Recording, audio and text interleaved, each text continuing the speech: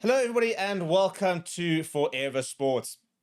Today, we're going to be doing a dream team of the Boks, and based on sort of what we saw this year. And there were 50 players who put on a Bok jersey throughout the year, so there's quite a lot of players. You actually have to leave out more than half of the players that played to get to a bit of a dream team. 23, not going to go with a 15, going to go with a 23 and go with the bench. And this is probably kind of the closest to right now, if we were to, based on this past season, play in the potential, semi-final, final. This is potentially what this team could look like. And obviously, maybe you might make a couple of big calls if it were an actual final with regards to playoff matches and the likes of that. But just in terms of, I think, of the players who really stood out in every single position, players stood out with their impact off the bench, for example, and a bit of a barometer really of where the sort of pecking order is. Yes, we always don't necessarily have a first choice, second choice. We kind of build our depth, and there's no sort of A team, B team players. But I think there's always kind of a bit of a pecking order. Rassie Erasmus even mentioned, we consider him our first choice. Like Hooker, for example, he always says that Malcolm's our first choice hooker, who maybe Morris can become our second choice, third choice. So you've definitely got to have kind of a bit of a barometer of who are your number one options. Obviously, they might change with regards to opposition, the likes of that, but you're still going to have your number one options. So I've also looked at play minutes, for example, which I think shows you quite a big part of who's really been involved, for example, who's the important players at the Bok management look at, who are kind of the indispensable, undroppable players, and built a bit of a 23. So before we get into it, please do smash the like on the video. Please do subscribe to the channel as well. And please give me your Springbok Dream Team, whether it's a 15 or a full 23. Drop your Dream Team down in the comments below. This is what I have gone with. And I've gone with a 6-2 split. And I think that it's a pretty solid team up. And I think that, all of these players for me are very much in the World Cup frame for 2027, which is obviously a very positive thing. But I think a lot of them have been the top performers in their positions and at a very high level, which is really promising. So we look at the front row, a pretty straightforward front row. I mean, all three were in the World Rugby Dream Team. Two of them were named as nominations for the World Player of the Year, and one of them got the World Player of the Year in the form of Malcolm Marx. So I've gone with Oxen Chair, Malcolm Marx, Thomas du Toit, the best starting front row in the world. And it's not even a conversation. It's not even a debate. That is your best front row to start a game in World Rugby. And they demolished pack after pack after pack. So very straightforward. And I think my big shout out is Thomas du Toit, who took a while to get going a bit this year. A lot of people spoke about the fact, and he played a couple at Loosehead, and everybody sort of said that he wasn't quite showing the form that he had shown for Bath, for example. And where was that Thomas du Toit? Well, by the end of the year, we have seen it in many matches and some stand-up performances from him. And I think he really, really did rise. And I think this was a bit of a year of Thomas du Toit to kind of nail down that spot, as well as the replacement on the bench, in fairness, in the form of Wilco Low. In the locks, I've gone with the Ebenezer and Ruan Okia. Probably wasn't the Ebenezer's most memorable Boks season. Not to say he was bad, but he wasn't at the standard we're kind of used to from our, most experienced Springbok. Obviously, he's now all finished on a really bad note. But even before then, maybe wasn't playing at his absolute best. And that'll be a slight worry for Rassie Erasmus and his coaching staff, because I don't think we've got that many sort of number 4 options who can offer a similar standard. You look at the number 5 jersey, and if Lewis starts, Franco Moss starts, Ruan Okia starts, I don't think there's much of a drop-off, in fairness. So there's so many options there. I think at number 4, we've tried Salman Murat, we've tried off the bench, Kobus Visa, not many minutes. Jean Clay recently, unfortunately, a couple of injuries kept him out previously, and that'll be a bit of a problematic position or an area of concern really for the Bok management to try and find more depth in your sort of number 4 lock position. For number 5, Ruan Okia, I think should probably be in the mix for South Africa Player of the Year.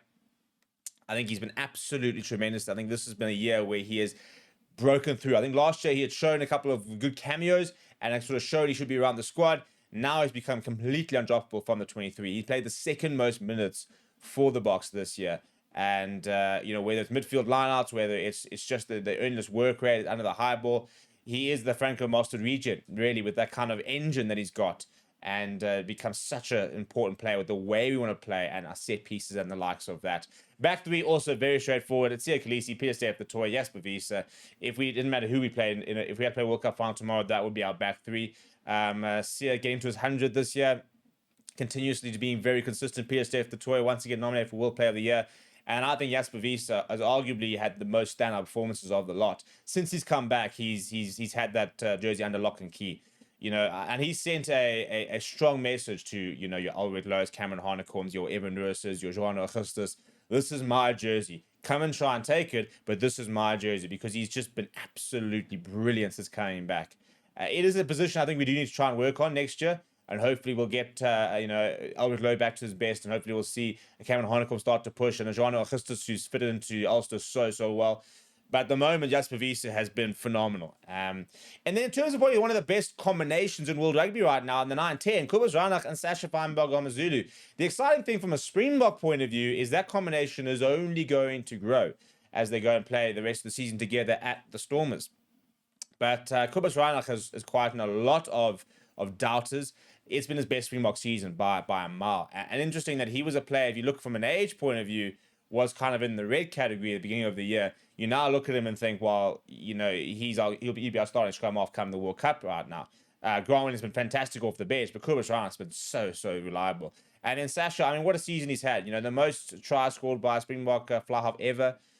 He's set records for the most individual points in a test match. He's a try scoring threat, he's a goal kicking threat. There's still a bit of criticism about his distribution. I personally think that'll come, for example.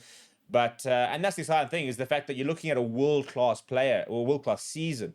You probably put him in the top 5 most informed fly-halves in world rugby right now, and yet there is a lot of things you can still work on. And I think that his ceiling is just absolutely mental, which is why you got to just keep playing him, because his ceiling is we're talking potentially, your Dan Carter, Johnny Wilkinson's types of levels.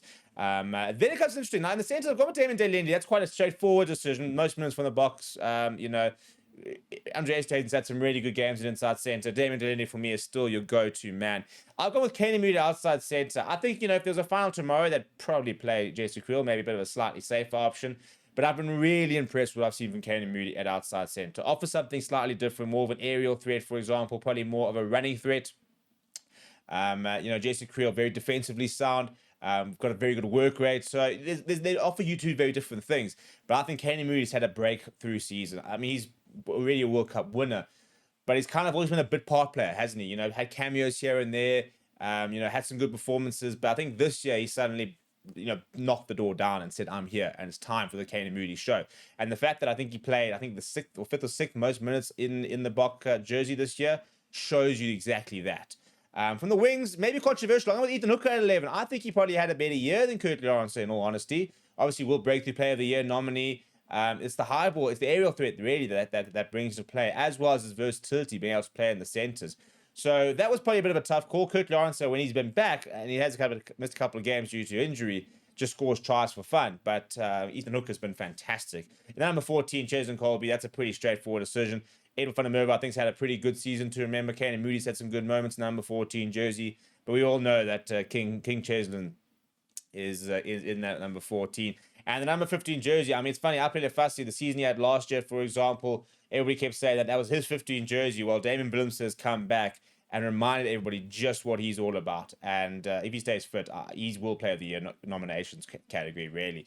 Off the bench, I've gone with a 6-2 split. I've got Jan Vester at 16, which I think is a not a bad shot. Maurice van der Merwe, Jan Krobler, Bongi Manami, all getting opportunities. Jan Hendrik Wessels, and a very important part of the Bok squad. And then having him a hooker, he can come on at loose here and then shift the likes of that. I think we'll see more of this moving forward. Gerard Stenenkamp, I've gone ahead of Bowen Venter. I think he probably would have gotten 5 more minutes had he not been injured.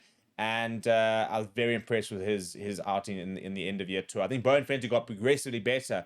Don't think there's much between them, but I'll probably go with Gerard Stenenkamp. Phil Cologne, the number 18 jersey, pretty straightforward. His name at 19, Kwagga Smith 20. You got to go with Andreas Days in the number 21 jersey, the hybrid player. So it's that 5.5, 2.5 split, really. And Grant Williams, Marnie Liebach. I mean, that's the bench we've been seeing. It's brand new bomb squad, really. We've created a different type of bomb squad, no longer necessarily relying on your orthodox 6-2 split with regards to 6 out-and-out forwards, 2 out-and-out backs. We've got the hybrid player in an Andre Esterhuizen and Kwagga Smith and Arcus Name, and continue to add so much off the bench.